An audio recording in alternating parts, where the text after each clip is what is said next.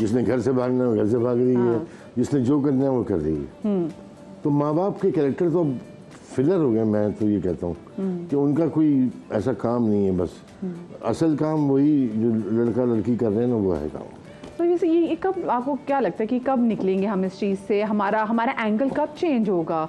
मतलब हमारे पड़ोसी मुल्क में जो फिल्म्स भी बन रही, ड्रामास भी बने, खैर ड्रामास की बात तो नहीं करूँगी, लेकिन फिल्म में ज़रूरी नहीं लव स्टोरी का होना, और बाकी इतनी स्ट्रगल्स होती हैं। 2-3 तरह का सिनेमा है, एक सिनेमा नहीं है वहाँ पे, पैरेलल और भी सिनेमा है। पर शबीर भाई वही चीज़ें हम भी तो देख रहे हैं ना, अप्रिशिएट करें, तो हमें अगर यहाँ पे भी बन जाए तो हम तो वो भी अप्रिशिएट करेंगे।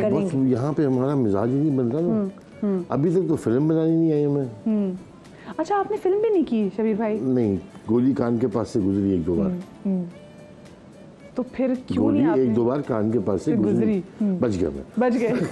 लेकिन कर लेते तो शबीर भाई, कुछ फिल्म हमारी बड़ी अच्छी बनी। बस किसी ने इतना कोई खास अप्रोच भी नहीं किया मुझे, सच्ची बात। और जब आपके सही, मतलब जो आपके सही वो पीक जवानी वाला टाइम था, उस पर तो हमारी फिल्म बहुत अच्छी थी शबीर भाई। फिल्में मैं गया भी था करने के लिए, तो लेकिन वो फिल्में कंप्लीट नहीं हो सकी, वो फिल्में कंप्लीट नहीं हो सकी। जैसे अभी बाप वगैरह की आप बात कर रही थी कि बाप के रोल होते हैं। अभी मैं एक प्ले देख रही थी पुराना लाइन का, नाम ले देती हूँ, 6 सिग्मा का था, ARY का, हुमायूं की प्रोडक्शन थी, काफिर। तो वो इतनी अच्छी स्टोरी और इतना अच्छा ड्रामा कि उसमें बाप का भी रोल था और हीरोइन का भी था और विलन भी था। मतलब इतना बड़ा स्टार ले रहे, एक्टर ले रहे, तो मजा तो आए। हाँ, कि भाई खाली ऐसी नहीं ये इसका बाप शबीर जान को बना दूं, वो नहीं था। उसमें कैरेक्टर था और एक विलन था जो हुमायूं, उसका कैरेक्टर था, और लव स्टोरी भी थी थोड़ी सी, लेकिन क्या अपनी अपनी जगह पे सब फिट थे, बेहतरीन। इस तरह के ड्रामे बनने चाहिए। सही। अच्छा, अभी आपने जो ड्रामा किया अपनी बेटी के साथ भी, आपने जो ड्रामा किया है, तो उसमें वो जो एक रुखसती वाला किरदार भी है, वो जो खुद गर्ज, खुद, तो उसमें बहुत सारे सीन्स ऐसे थे जो में आपकी बेटी होती है, उन्होंने आज आना था लेकिन उनकी तबीयत ठीक नहीं थी। बिल्कुल। तो ये जो स्पेसिफिकली जो सीन है, तो इसमें तो मतलब मैं सच्ची मुच रोती थी। हाँ, ऐसा ही चेहरे से वो आपकी लग भी रही है, बताओ, और ऐसा लग रहा है कि शायद आप सच में वो सोच भी रही हैं। ऐसे ही होता था। उसको कुछ समझा रही होती थी, उसको कुछ कह रही होती, देखो बेटा टाइम, तो वो भी ऐसे अम्मा, वो फिर मुझे चुप कराती थी। मतलब ये एक्सप्रेशन से ही आपने इतनी कमाल है। मतलब लॉट ऑफ टाइम्स यहाँ पे आपको डायलॉग बोलने की जरूरत नहीं है, ऑडियंस के सर पे डायलॉग ना मारे, आप डायलॉग बोली बगैर भी इतना जबरदस्त थे। और जो रुखसती वाला का सीन था उसे, तो उसमें क्या आप सच में सोच के रोई है? वो कैसा ऐसे सच में। और वैसे भी अगर वो यशमीरा भी ना हो उसमें, तो आप किसी भी बेटी के साथ कर रहे होते हैं, किसी भी लड़की के साथ फीलिंग्स वही होती हैं। लेकिन देखिए फरीदा भाई, यहाँ पे बात भी ना कि जैसे कैरेक्टर में भी है कि आपका कैरेक्टर इसमें खत्म भी हो जाए, ठीक है, तो वो बच्ची के लिए और आपके लिए वो करना, क्योंकि देखिए उसमें तो दोनों माँ बेटी है, तो वो कितना मुश्किल था? बस यशमीरा को ज़्यादा मुश्किल लग रहा था, क्योंकि मैं बहुत रो रही थी। वो बेचारी फिर मुझे करती थी कि क्यों रो रही हैं, ये देखें ऐसे। ये सारे सीन बड़े अच्छे थे और हमें डायरेक्टर भी अच्छा मिला, तो करवाए भी अच्छे, बहुत अच्छे। शबीर भाई, वैसे आपको अपनी बेटी में जब वो एक्टिंग अभी कर रही थी, खैर it's too early to ask, लेकिन किसकी झलक दिखाई देती है आपको? फरीदा आपा का स्टाइल नजर आता है या आपको आपका स्टाइल नजर आता है? मुझे अपने लगता है। हाँ, सही कह रहे हैं। वो जो इंटेंस, वो जो सारा जो भी एक्सप्रेशन वगैरह जो है, तो हमें आप यकीन करें, हमने उसे कोई इतना ज़्यादा ना कोई बताया, समझाया है या कुछ। शुरू में थोड़ा सा उसको जब शुरू किया था ना, तो उस वक्त में कुछ सीन आते थे तो मैं उसके साथ रीड करता था। उसके बाद जब गई है काम करने, इसको ना हमने पूछा तुम क्या करने जा रही हो, अच्छा उर्दू का मसला, हाँ वो कैसे किया? फिर वो रोमन में स्क्रिप्ट लिखवाओ, फिर खुद लिखो, फिर पढ़ने शुरू हो गई थी, फिर उसको उर्दू पढ़ानी शुरू की, तो माशाल्लाह अल्लाह उसको ज़िंदगी दे, इलाही आमीन, इलाही आमीन। तो वो फ़ौरन थोड़ा करके सीख गई और फिर बोलना भी शुरू हो गई पढ़ के। तो बहुत अच्छा होना था उसके साथ। इस बोला अब बहुत अच्छा होना है शायद। हाँ इंशाल्लाह, मैं ये समझता हूँ। हाँ इंशाल्लाह, बिल्कुल, क्योंकि अभी तो बिल्कुल शुरुआत है। मुझे ये बताएं, कोई ऐसा कैरेक्टर भाई जो आपने निभाया हो और वो आपके साथ आपके घर तक गया हो?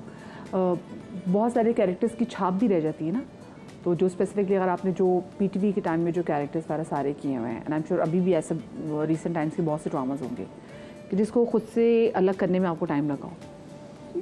Not at all. देखिए मैं आपको एक बात बताऊँ, ये जो कैरेक्टर होते हैं ना, वो एक्टर ही होता है। जो कैरेक्टर छाप बनती है ना, वो एक्टर होता है खुद, वो वैसे ही होता है, तो वैसे ही अपने आप को दिखा देता है। तो फिर वो सारी ज़िंदगी, क्योंकि वो है वही, तो निकलेगा कैसे उसमें से। उसकी मिसाल मैं ऐसे नहीं दूंगा कि कोई गलत, जमशेद अंसारी थे हमारे, अल्लाह उन्हें गली के रहमत करे, वो चक्कू है मेरे पास। तो वो आम जिंदगी में भी अगर हमसे बात करते थे तो इसी तरह से हंस के और इस तरह बात करते थे। तो ऐसे बहुत सारे लोग हैं, महबूब आलम साहब हैं, वो भी आम लाइफ में इसी तरह थे। उसमें थोड़ा सा उन्होंने मुझको डायरेक्टर ने कराया, तो वो उसमें से बाहर नहीं निकले। तो मैंने याद रखिएगा हमेशा, किसी भी मिमिक्री जो होती है ना एक्ट्रेस की, वो किसकी होती है? जिसका एक स्टाइल होता है। एक स्टाइल तो बिल्कुल ऐसे ही। हाँ, आप वर्सटाइल आदमी की मिमिक्री नहीं उतार सकते, उसका कहीं भी आप वो, बात तो सही है ना। अल्लाह गली की रहमत करे, मोहम्मद अली साहब, उनकी मतलब वो एक स्टाइल था उनका स्टाइल था वाकई। तो फिल्म जो है वो एक स्टाइल की फिल्म है, हीरोइज्म की फिल्म होती है। फिल्म में हीरोइज्म होता है, हाँ। टेलीविजन एक कैरेक्टरिज्म होता है। हाँ। यहाँ पे आपको कैरेक्टर करने पड़ते हैं डिफरेंट। ये देखिए ना सामने वाला कैरेक्टर जो भी चल रहा है। जी जी। ये पता नहीं तीसरी चौथी बेगम थी इस ड्रामे में।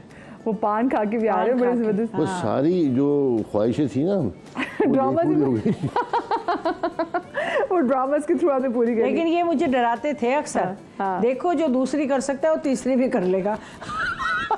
भाई हमेशा याद रखिएगा, अल्लाह तौबा बस करे, दूसरी शादी नहीं नहीं नहीं बोले ऐसा। तो पहली बीवी जो है ना वो रिलैक्स हो जाती है कि दफा हो कर ली इससे, दूसरी परेशान हो जाती है कि अब तीसरी ना कर ले, और अगर वो तीसरी कर ले दूसरी बोलती खसमान हुआ है, मतलब परेशानी तीसरी परेशान होनी शुरू हो जाती है, ये चौथी ना कर ले। मतलब आप क्यों परेशान कर रहे हैं औरतों को? पता नहीं, कसम से मैं सच बता रहा हूँ। अच्छा, मैं तो रिलैक्स करने की बात कर रहा हूँ कि अगर मैं अभी 2 करके तीसरी करूँ तो आप रिलैक्स हो जाएंगी। अच्छा, है ना?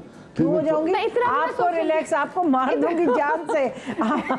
जान से सोचे उनको रिलैक्स करने के बारे में। हाँ, इतना ना सोचिए आप रिलैक्स, जान से मर जाएंगे आप। जान आपकी अंदर जो जान है ना, बहुत कम मिलते हैं जिंदगी में। शबीर जान है ना, फिर ये निकाल देंगे वो ये जान। मैं वही अर्ज कर रहा हूँ, ये मौके कम मिलते हैं।